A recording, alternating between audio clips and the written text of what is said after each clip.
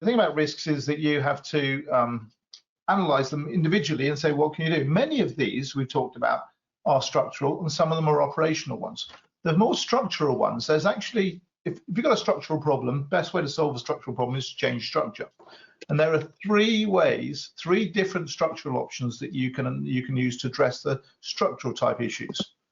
Now, the first one of those is you can, if you like, merge all of the practices in the PCN into one. So by creating a single practice, that practice effectively becomes the PCN. Well, not effectively, it is the PCN. And there are a number of these around in the country. There are, you know, if you're lucky enough to be a practice which is big enough to be a PCN, or if you merge the practices within the PCN into one, it solves the problems, because there's no sharing that goes on. All of the activity is within the one practice. However, it's one of those things which theoretically sounds fine, but would you really do that? Would you really do that just for the PCN? Ultimately, practices are not merged for perfectly good business reasons, because usually you don't want to, and because you run them differently, and because you like running your own business and you like to be an independent practitioner, and they run it differently down the road. And why would you want to run it like they do? So it's like your accountant saying, get married, there's loads of tax advantages. Yeah, but you don't really do it for that.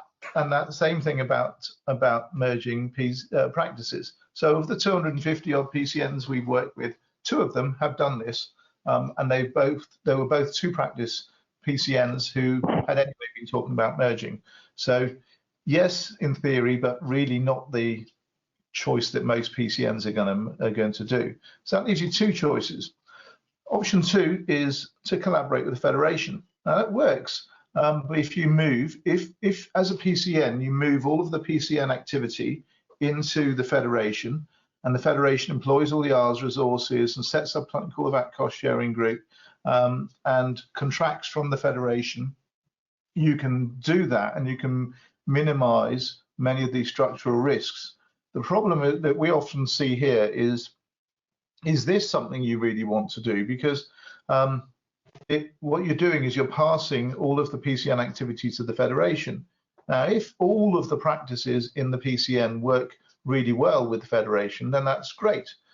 If that isn't the case, then it becomes more challenging. So this really comes down to a governance choice of how well, first of all, do you have a local federation which you're happy to work with to do this?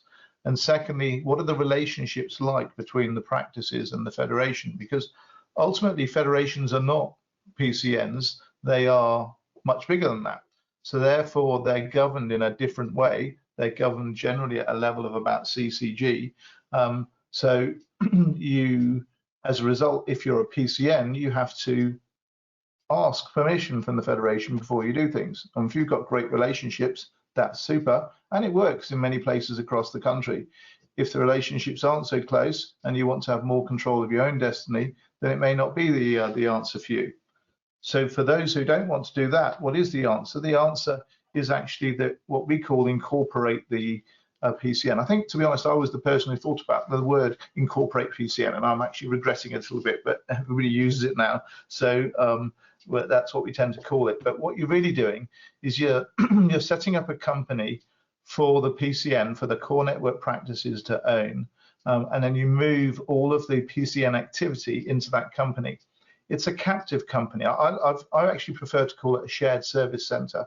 It's a company which only does what the PCN wants it to do. So only does what the practices and the PCN wants it to do, nothing else. And it's controlled by those practices, and its only function is to do shared things for those practices, of which the most obvious shared thing is the PCN DES and all of the activity within the PCN DES.